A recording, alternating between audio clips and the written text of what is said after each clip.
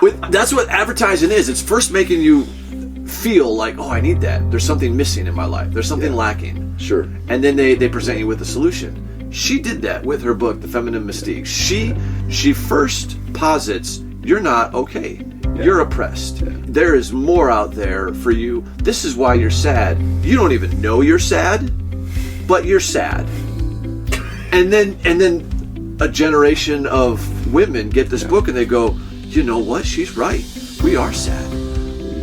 We are oppressed. And then what's the solution? Well, the solution right here is feminism. It's feminism. Yep. Well, you're saying a lot of very provocative things. I think it's true. I mean, I think You're trying to be very careful, though. I was hoping you wouldn't say that on camera.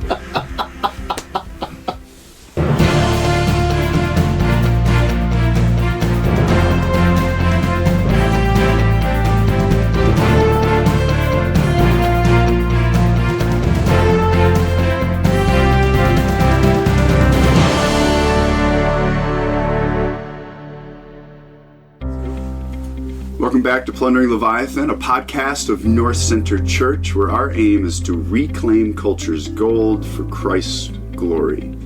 We're back today with Pastor Jeremiah. I'm Steve. We are doing episode 3 on feminism in the church.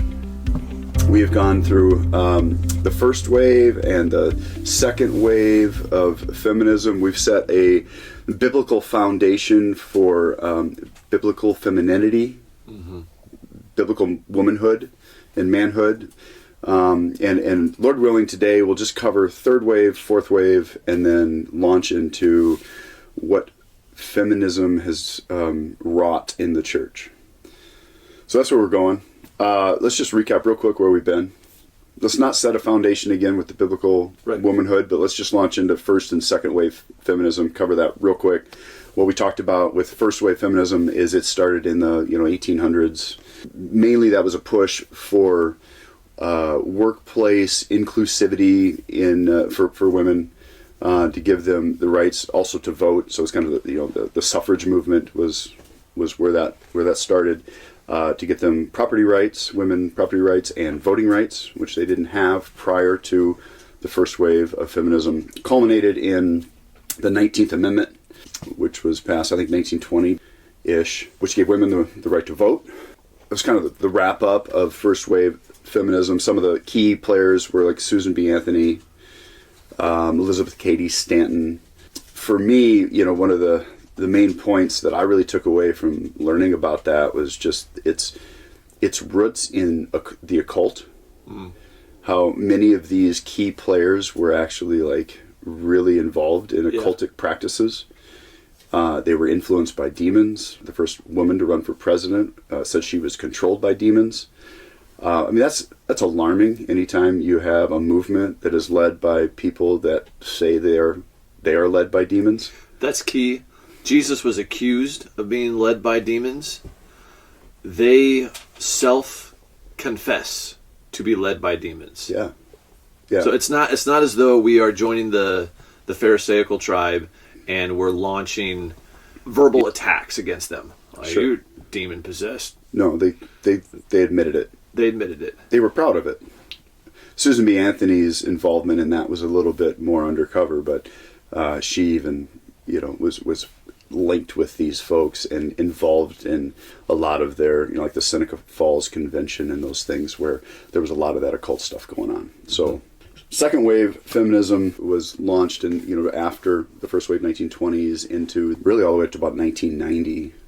The focus of the second wave was equal rights in the workplace, more so than in the public sphere, more than legal rights, right? So there was a wage gap inequalities that women were pushing against. Betty Friedan and her book, The Feminine Mystique, was a kind of launched this off, and I think it was about 1963. Again, Alec, you can correct me if I'm wrong. Her book was written to essentially housewives and telling them that there's more for them than being a wife. Yeah. Woe is you, wife and mother, that you're bound to this home and bound to these children.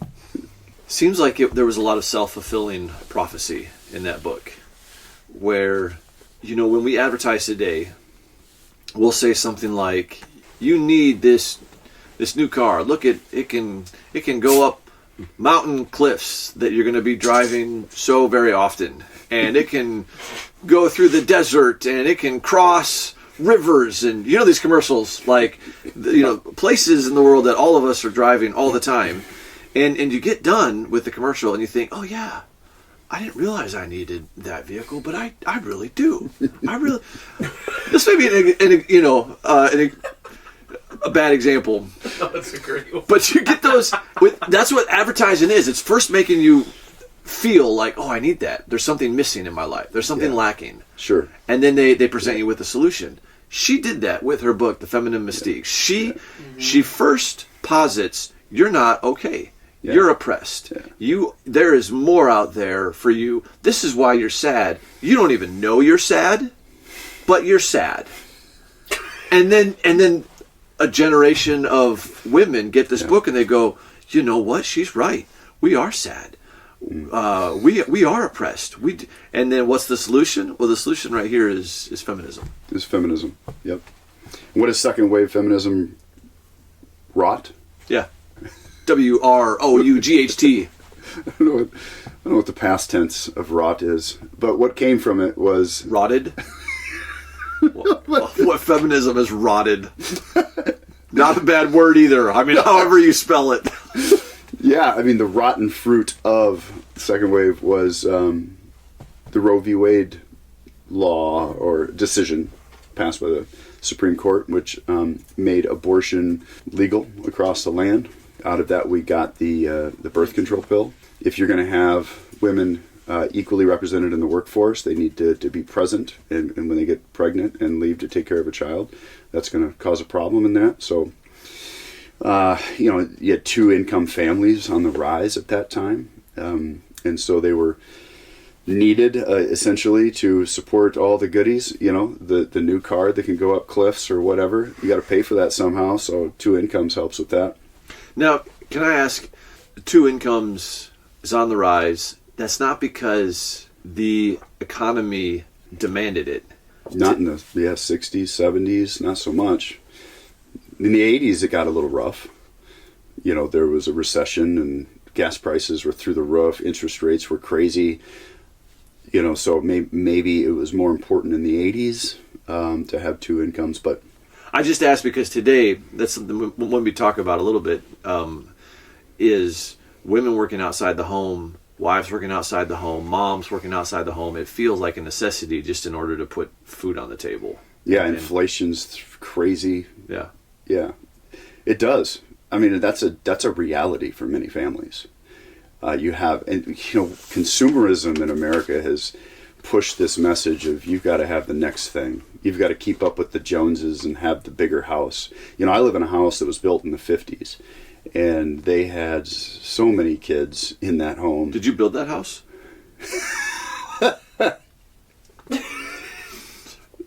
Cut that out.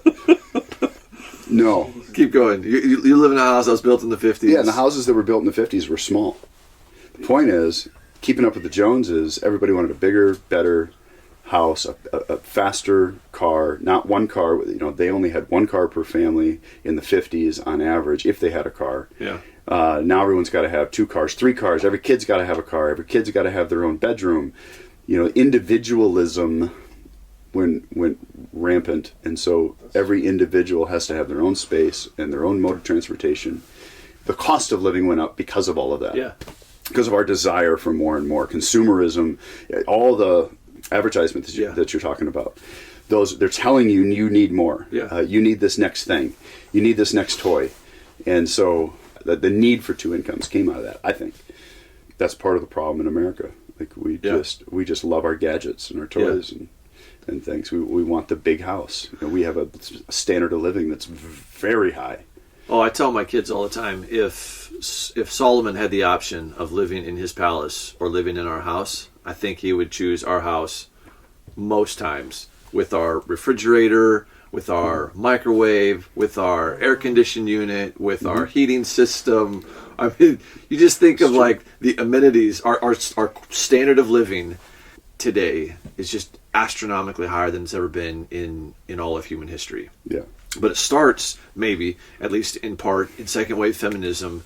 And the price tag for that kind of life is, it's your kids. Mm-hmm. We're gonna abort our kids. The pill is abortion. It's true. All right. So we're going to abort our kids either by taking the pill, or we're going to abort our kids via other means.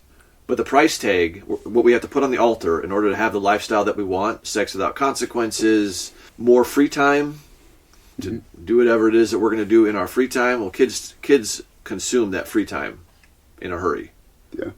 We paid the price for this with our marriages, with our homes, with our kids. True story. Mm-hmm. It's sad. Second wave. That's a wrap. Yep. This third wave launched in the 1990s, early 1990s. A lot of people say that it kind of kicked off with the Anita Hill and Clarence Thomas hearings. The focus of third wave was essentially broadening the feminist movement from essentially white middle class women into other marginalized groups. Yeah. Started focusing on something called intersectionality. Yeah, which is now a type of feminism. I mean, there's actually a handful of different varieties of feminism. It is, yeah. Well, it really, so intersectionality, we got to define that. So that term started to come around in the third wave of feminism. Essentially, what intersectionality is that you are not only marginalized in society because you're a woman. There are other groups as well. So black women, black men, gay people or lesbians, and transsexuals at that time. I call it the Victim Olympics. So intersectionality essentially is who is the greatest victim. So first and second wave feminism, it was, women in general were victims in society, and they were marginalized and suppressed. In the Victim Olympics, you can have many different marginalized categories that you belong in. So the person that wins the Victim Olympics is the one that is the most oppressed. Mm-hmm. Well, who's the most oppressed according to third wave feminism? Essentially, black, transsexual, disabled, foreign-born, foreign-speaking people. Because now they belong to all the classes. But also women has to be in there somewhere, right? Well, transsexual would cover that, because now a trans woman, oh man, we're getting, is a woman, meaning a biological. This is the most oppressed person in society according to third wave feminism. A biological male with a high melanin count, which is what darkens your skin, that identifies as a woman, wears dresses and makeup, maybe even goes through surgeries, right? Maybe they're disabled in that they're in a wheelchair or something like that, so now they're marginalized because of their disability. They're also foreign born, so they don't have the same kind of culture necessarily as us, so that's a tick in their Victim Olympics box. Mm-hmm. And if they don't speak English, now they're even further marginalized because they can't communicate as well, so now that's another tick in their box. And so they win the Victim Olympics because they are the most oppressed person out there according to the diversity, equity, and inclusion policies that came out of the third wave. Yeah. And so that was a term by Kimberly Crenshaw. She wrote a book in 1993 or something, and she introduced this term of intersectionality. And that's when the feminism movement then opened up to all these other groups, because they were also marginalized, and we needed to lift them up and help them be equal or have equal outcomes. This is where the equal outcomes started to really launch. That it wasn't enough that they have equal opportunity. They needed to have equal outcomes. So we needed to have the same representation in businesses and in other institutions at high levels of people in all of these groups. Does this have anything to do with like the No Child Left Behind? I didn't research that, but probably. Sure. Yeah, everyone's got to be brought to the same level, right? And so what do? You lower the standards so that the people that do really well, you're teaching them at this lower level too. So you're bringing the really high achievers down for equal outcomes to bring the I don't know. It's just up. Yeah, I think so. No Child Left Behind, which softened the testing standards and those kinds of things. Yeah. There was just a court case that went through. Oh, yeah. Recently. There's a name. The Harvard. Specifically Harvard is where the court case came, but all the institutions were doing it, where they were saying, look, we need to have equal representation for minority groups. Right. Whether they be black, female, gay, whatever, transsexual. And so to do that, we need to lower the standards for them so that they can get lower test scores. For instance, in colleges, lower test scores, and they're still allowed to enter into the colleges. Yeah, I can't remember what it's called, but we did cover that in our political podcast. Yeah, some of the interesting things, like when it came to culture and how they utilized how the movement utilized media, I found really interesting. The TV had been around now for quite a while, into the 90s, and I have to apologize as a Gen Xer for third wave feminism, because essentially it was my generation that kicked this thing off, and we grew up watching TV. We just did. I was babysat by the TV a lot. I watched cartoons growing up. I had my sitcoms and all these things, and third wave feminism latched onto that medium to really push the message. And so you had shows coming out like Buffy the Vampire Slayer or Sex and the City, which would idolize really strong, independent women with femininity, like Buffy the Vampire Slayer. She didn't look like a feminist. She was just a cute girl that was out there being a boss babe with girl power. But that show was sending a message to girls, and to guys, and to guys. Yeah, you want this girl, this boss babe. You're just going to go out and slay the foe, slay the enemy. Sex in the City sent a different message, more so to single women, that they can go out and have all the sex they want without consequences. They can have the high-powered job in New York City and get all the sweet clothes and have all the fun parties and drink and sleep around and just, go wild and crazy. And being tied down to a man was oppressive. Sounds like Margaret Sanger's dream come true. Yeah.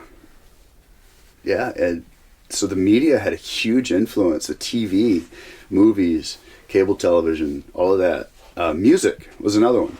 Madonna came around and kind of, brought this feminist movement to music. And she was strong and independent and beautiful, and her music was sharp and pointed at men. There was a lot of the man hating, I think, started around here. Cyndi Lauper is another one, maybe not one of my favorites. Queen Latifah was another one. Queen Latifah was a boss babe, and so the feminist movement was latching on to these personalities and pushing a message to people through music, through TV shows, through movies. See, when it came to this, I grew up under a rock. What rock did you crawl up? So, I couldn't tell you a single Madonna song. If you had a wall of women, and there was like five different ladies' faces, I couldn't point her out. This Lauper gal. Girls just want to have fun. Oh, I've heard that song. Cyndi Lauper. I heard that song. Well, you are a better person for not Sex in the City. I've seen the cover of the movies, but you didn't miss anything. Yeah, no, that's what I say. It was really fun under my rock. Yeah, it's a good rock. It was a good rock. You and your Bible and the Newsboys. That's right. Yeah. There's a document that we looked at in our political podcast that outlined the plan for straight America, making straight America gay. There was a book called After the Ball, and that was written, I think, in the 80s as well. And it was a game plan to make gay normative. Yeah, so mine is just a document. But the idea is systematically, sequentially, first we do this, and then we do this, and then we do this, and one of the pieces is media, court cases, television shows, advertisement. Start to get main characters that are, that look like Sex in the City. Yeah. Or who's this vampire chick? Buffy. Buffy. Yeah. Buffy. And advertisements. I didn't mention that, but that was important too. So if you're advertising products to women, normally what you saw was the beautiful woman clad in pink or frilly dresses advertising for the product to women. And third wave feminism said, well, that's not really an accurate representation of females in our society. And so we need to have advertisements. We need to have advertisements with women in pantsuits. We need to have advertisements with women that don't have the same body type. So you've got women of all shapes and sizes out there. Why don't we have advertisements with women represented on the pictures of these folks and these women with different body types and different facial structures and different types of hair. This is third wave feminism. Third wave feminism. Okay. Yeah, that was a big part of it too. So it wasn't just movies and TV and music. It was also even advertisements. So what you see on a billboard, what you see when you walk into your local Target or clothing store, the advertisements started to look way different. When you walk into the Target over by my house, you're going to see all the models modeling the clothes, around the store that look all very, very different. They don't look like the advertisements that you saw back in the 60s and 70s and 80s even. They are all very different. And most of them are plus size models, trying to normalize being out of shape, being unhealthy. Well, you're saying a lot of very provocative things. I think it's true. I mean, I think being... You're trying to be very careful, though. I am, but... I don't want to fat shame anybody, but can we just say that it's just not healthy to be overweight? It's a strain on your heart. It's a strain on your body. You don't live as long. The rates of disease are high with people that are obese. And what do we see when we walk into Target on the advertisements? We see obese people advertising the clothes. And we're normalizing it. Yeah, we are the fattest country in the world. The fattest country in the world, and our advertisements and our TV shows and our movies are saying this is a good thing. And it's just not. Your quality of life goes down the tube when you're obese. You can't run with your kids and play.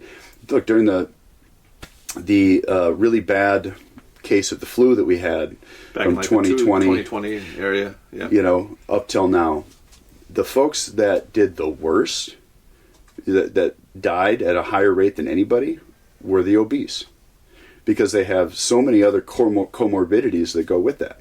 So normalizing obesity isn't the message. Yeah, there's trying to send the message you're included. Like, you shouldn't be excluded from advertisements. You have the same rights, equality. Well, you're also equal in value, dignity, worth. Right, and we're gonna affirm that, all the way. But what they're doing is normalizing something that God's word says is not okay. And now, look, we live in a world where there's, it's been unideal since Genesis 3.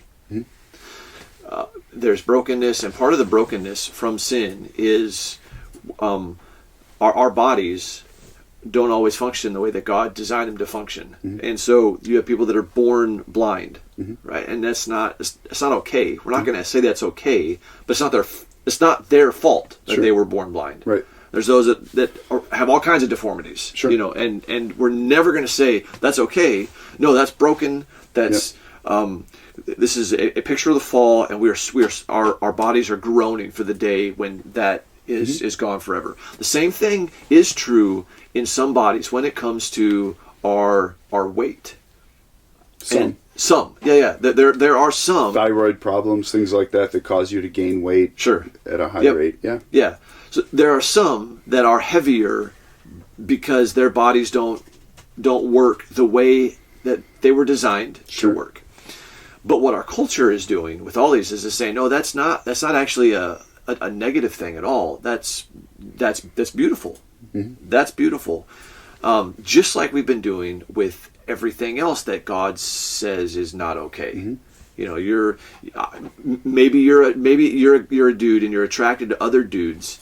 God's word is going to say that's not okay, and our culture is going to say no, that's just fine. That's it's just who you are. So we're doing the same thing to say that with third wave feminism, we're doing that with body type and saying, no, look, being way overweight, that's being your beautiful self. And in fact, going back to music, I don't know who these artists are, but I remember hearing a song celebrating women's bodies being out of shape. Big booties? I don't know. I was hoping you wouldn't say that on camera. Fourth wave. The only thing I learned about fourth wave is it started in the 2012, 2013 era, and essentially it utilized social media. I mean, that was the biggest difference. Yeah. Is that same extension from third wave into fourth wave, social media, but a heavier influence on the transsexual movement and inclusivity in that regard. And so they utilized, TikTok and Twitter or X now, and those platforms to really push the message to a higher level. And they were able, through social media, to organize a lot of protesting, things like that. Mm-hmm. So then you saw mass protests start all over the place because you get the message out fast. That we're going to go protest this church event, for instance. One just happened in Seattle just last weekend. Huh. So there was a church in Seattle that had a worship event in a park. They rented a local park in the Seattle area and advertised a worship event. It was a little provocative in that they had I think they had a banner over the top of the stage that says something like #leave our kids alone or something like that, which was anti-trans. And Antifa showed up. Antifa is a organization, essentially a arm of the Democratic Party, to go out and protest. They're useful idiots for the leftist agenda, and they go out and they riot and protest these events. And so they stormed this worship event in Seattle. 23 of them got arrested. It was ugly. They surrounded one mother and her 2 children to prevent her from entering the event. They just mobbed her, and they were just spitting and launching verbal attacks at them and swearing at her and her 2 kids. They're all masked up, and they're all in black, and they've got blue hair and purple hair, and it's a really interesting picture when you see these Christians who are of all shapes and sizes and colors worshiping God with their hands raised and praying, and then on the other side of the police barrier you have these just frothing at the mouth maniacs launching verbal attacks, holding signs up like they're F you, F your God, all this stuff. Yep. It's insane. Just the picture of light and darkness in that. Yep. Anyway, the point is that couldn't have been organized that quick back in the 90s. But with social media now and fourth wave feminism, you can get an army of Antifa out there at a moment's notice, and they are ready to launch an attack. The worst part about this thing that happened last week, the mayor of Seattle blamed the Christians. Sure. I got it. What was it? So here's the statement that he put out. The mayor's statement? Yep, the mayor's statement. Seattle is proud of our reputation as a welcoming, inclusive city for LGBTQ communities, and we stand with our trans neighbors when they face bigotry and injustice. Today's far-right rally was held here for this very reason, to provoke a reaction by promoting beliefs that are inherently opposed to our city's values in the heart of Seattle's most prominent LGBTQ neighborhood. So the mayor blamed Christians. He called them a far-right extremist group because they were worshiping God. The pastor that was organizing this, he did a couple interviews. He was on one of the major news channels out there, and what he said was that they were giving testimonies about how God changed their life, how they were in a life of sin, and they met Christ, they were saved, and they were changed, and they are so thankful for it that they left the darkness and came into the light. So they were giving testimonies, And if that's an example of what the mayor of Seattle says is not part of their value system in Seattle, what is that saying? He's saying that to be a Christian in Seattle is not allowed. To come into a park in Seattle and to worship God and sing praises to him and to tell how God has changed your life is not a value. It's not at all surprising, right? Because we know our Bible. John 16, Jesus says, this world is not going to be kind to you as Christians. It wasn't kind to me. It won't be kind to you. Jesus said they're going to persecute you and they're going to think that they're doing a good thing as they do that. Yeah. We know that. And so it's not unexpected. We know Romans 1. We know there's people that have suppressed truth, and to the degree that God finally says, I'm going to give you over. I mean, that's the most haunting statement in the Bible. Yeah. He gave them up. He gave them over to a debased mind. To do all kinds of debaucherous things. Do all kinds of Exchange evil. the truth of God for a lie. Yep. And so I smile at this post-millennial movement that you have churches saying we're going to set up here in the middle of the park and we're going to share stories of how God has saved us out of darkness, brought us into his marvelous light. Yeah.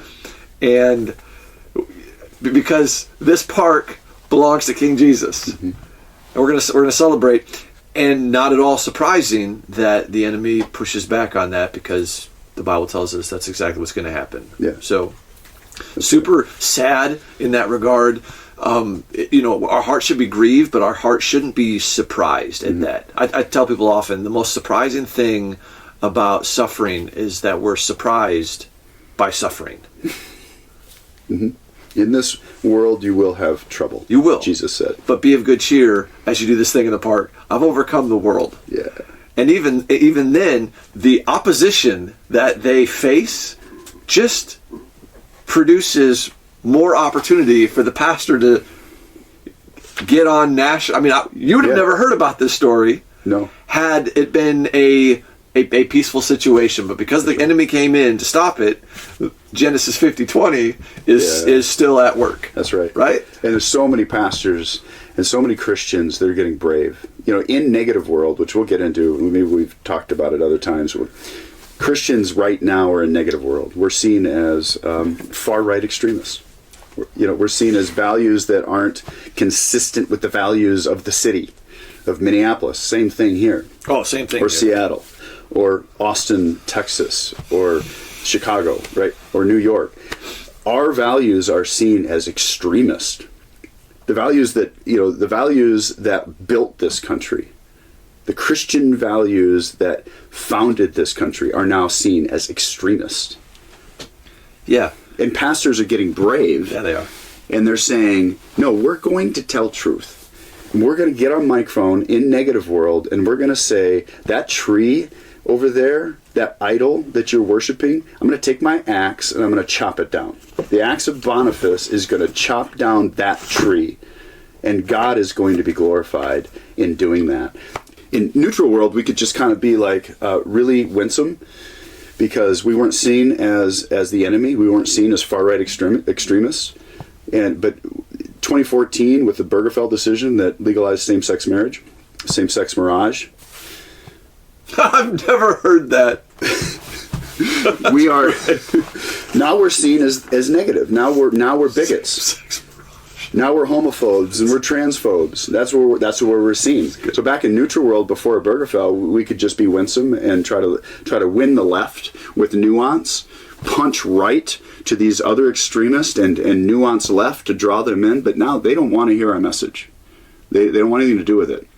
And so the winsomeness tactic coming from the church, while being winsome is good and being joyful is good, right? We're going to be joyful followers of Christ, yes, right? But we also have to be brave. That's right. And we have to speak truth to power. And right now, the power is held, in the big cities at least, by mayors like this guy in Seattle that say we're extremists. So speaking truth to that person is courageous. Yeah. And they have no idea how much their views have been shaped by the waves of feminism. Yes. I mean, that brings us all the way back. Nice right? job to bring it back. Because, you know, if you haven't spent time in these conversations, you hear about like LGBTQ, and you would think, what in the world does that have to do with feminism? Yep. You know. Right. But when you trace out the rotten seed underneath this tree of feminism, and you see what's in the DNA of that seed, well, the DNA is not just related to women; it's related to all kinds of things. That as the tree gets bigger and the branches grow, you know. Yeah, the go intersectionality. further out. Well, that's what intersectionality did. Right. It broadened the branches to bring in all of the gay, the trans. Same tree, same seed, but that DNA is now, the DNA coding in that evil seed is now being seen more and more in all kinds of other ways. Yeah. We started out with LGB. Right. Lesbian, gay, bi. Yeah, and then it was LGBT. Then we included the trans in the 90s. Yep. And now it's LGBTQIA2S plus. And that plus is you double click on that, and there's a whole bunch of stuff in there. It's anything. Yeah. That's the fruit of inclusivity. Right. You got to have everybody. So minor attracted people, or MAPS, are in that group. Yep. That's in the plus. Yeah, and that, oh man. So in there, so they want to normalize everything degenerate under the sun: lesbian, gays, bis, transsexuals. I don't like the transgender term. Questioning is the Q, right? The I is intersex. I thought queer was Q. Yeah, it's actually questioning. Huh. I thought it was queer too, but I've heard it's questioning. Maybe I'm wrong. You can fact check me on that too. Intersex, asexual. Yeah. The A, 2S is two-spirit, so we can get the native population in there, and the plus. And the plus is going to be MAPS. You're going to have LGBTQIA2S MAP plus before long. That's where we're going. All going back to feminism. It's the fruit of feminism.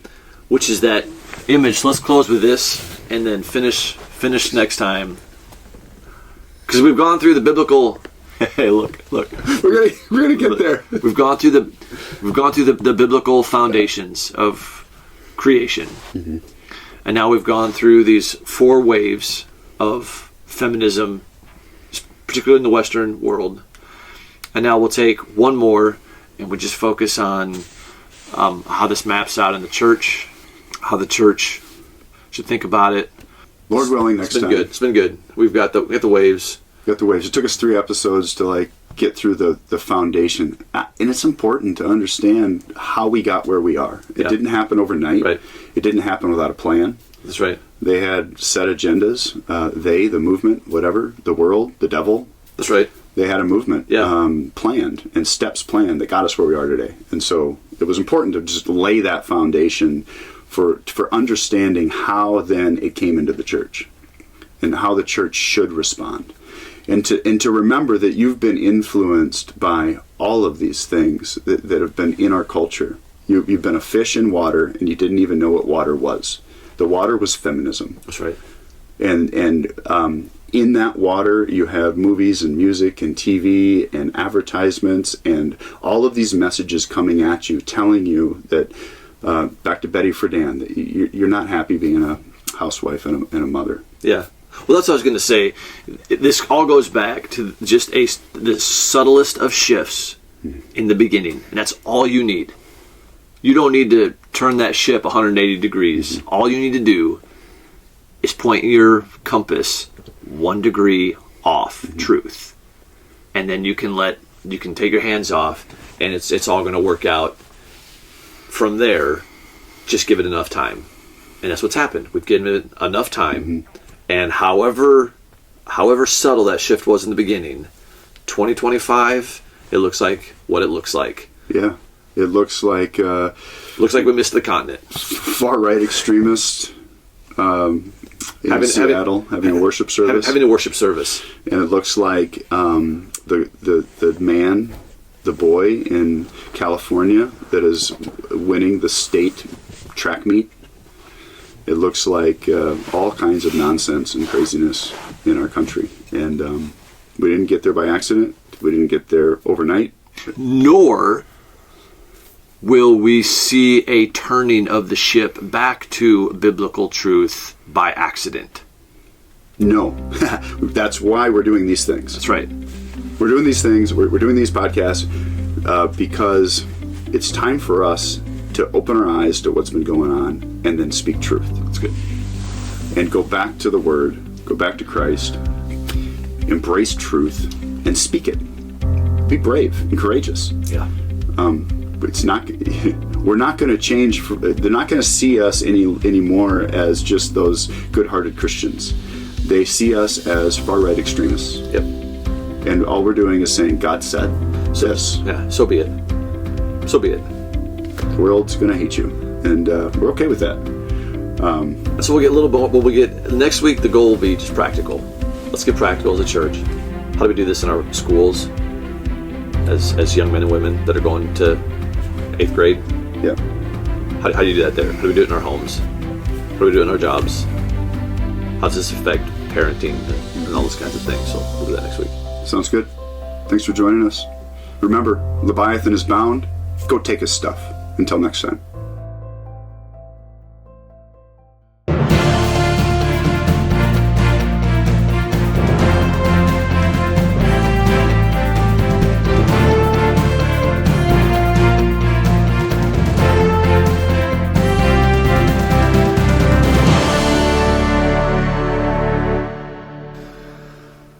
Can you toss me the pencil that's over there? Oh, like a projectile. You said toss it. Yeah, see, I thought you were going to do like a... Well, I'm excited because I don't know much about, especially fourth wave. I didn't either till Grok told me everything. Excellent. Anyway, the point is, He's going to tell us what small. the point is in a second. The point is... No, I can leave. You can just leave. I'm just going to take my ball and go home. I hurt your feelings, Steve. The point is... These are not the sentences we're looking for. Good thing you can cut it out. The point is...